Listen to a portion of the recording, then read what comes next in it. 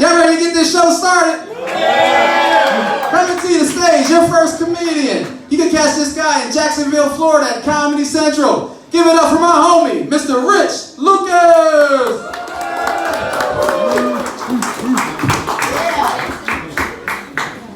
I didn't know I was on Comedy Central. That's pretty cool. Oh, that's right, I do live in Florida. Florida's a crazy place, man. It's wild down there. I mean, everyone knows you can be out and about and you can run like a 6-foot alligator. Everyone knows that. What's really terrifying is you can be out and about just walking around and you can come face to face with a real live Trump supporter. They don't even keep them on leashes down there. I'm trying to stay positive though. Kind of a glass half full kind of guy. It's working out pretty well for me. The other day I was driving down the street and I saw an accident ahead of me.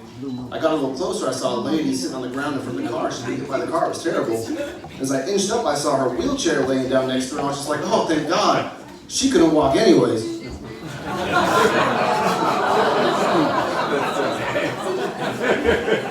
I didn't hit her, I'm not the dick. Glass half full. Sure, she's fine. Started smoking weed recently. Any weed smokers here? Woo! Couple of proud weed smokers and a bunch of liars.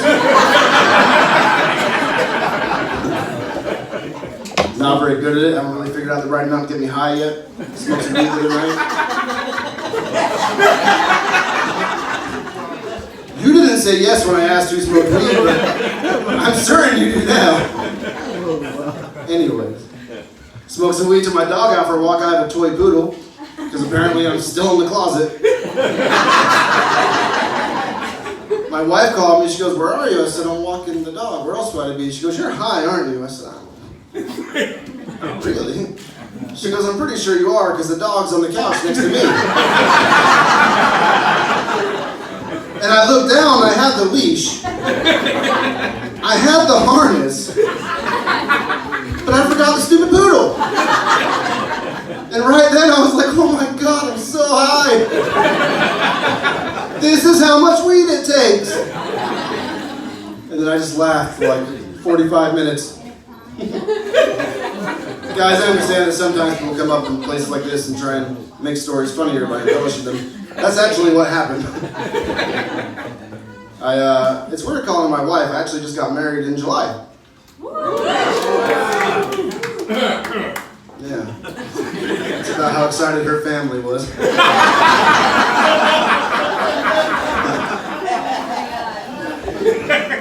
And we're one of those weird couples that doesn't make sense because one of us is way hotter than the other one.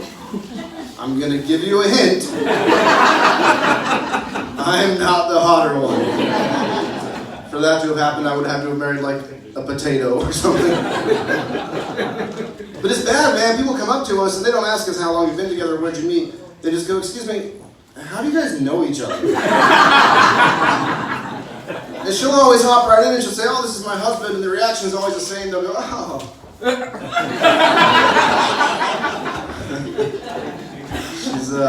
She's out of my league. We get on pretty well. I don't claim to know everything about relationships. I do know that sometimes you gotta lie. I'm not talking about big lies, right? Like I'm not murdering hookers and hiding their bodies in the basement, right? Like, I don't have a basement. I'm talking about little things, make each other feel better. Like the classics, you know? Does my ass look fat in these pants? That wasn't a question for you guys. But she always tells me it doesn't. She hit me with this one the other day, though, cracked me up. We were sitting there at home, we were watching a movie, a Ryan Gosling movie. So Ryan Gosling's on the TV, I'm on the couch in my boxers eating nachos.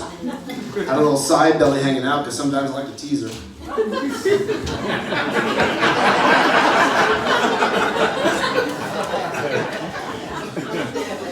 That was weird.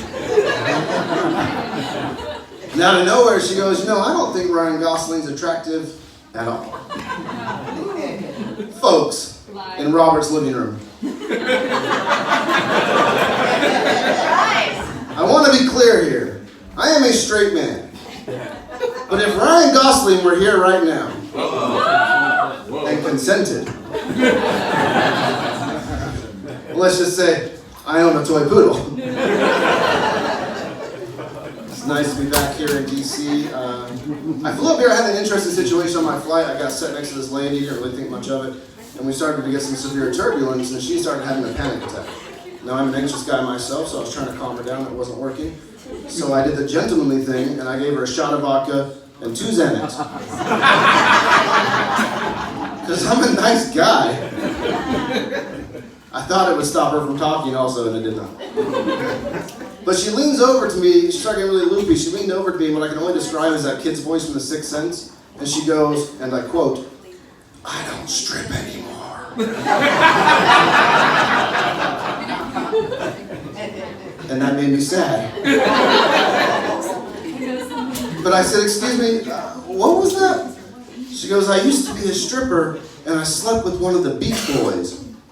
And I was like, "Oh, we're gonna have fun. Never mind. It is nice to be back here. I visited the school here for folks that are hearing impaired. I forget, it's Gala. I heard that. So stupid. It's a weird school. It's kind of in the ghetto, but the students have no idea because they can't hear the gunshots. I'm saying it's a good thing. Also, they are saving a ton of money not having to put up quiet police signs in the library. It's a quiet place. My time's almost up. I'm going to leave you guys with this. This stand-up thing, it's kind of weird. And I get very nervous before I come on stage. And a comic friend of mine said you should go to your doctor and talk to him. And so I did, and he gave me a prescription. I was disappointed when I got home, though, and looked at my medical profile, and now it permanently says that I have performance anxiety.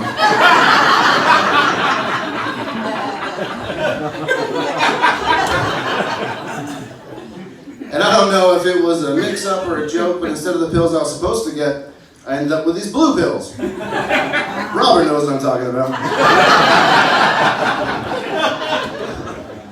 So I'm still nervous, but I'm very excited to be here. Maybe that's why I keep rubbing this mic stand all weird.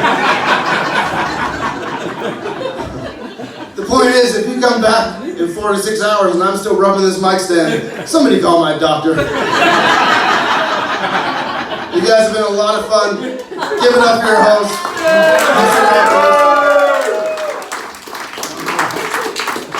One more time for Rich Lucas! Alright, this next guy coming to the stage, I've been running with him since day one.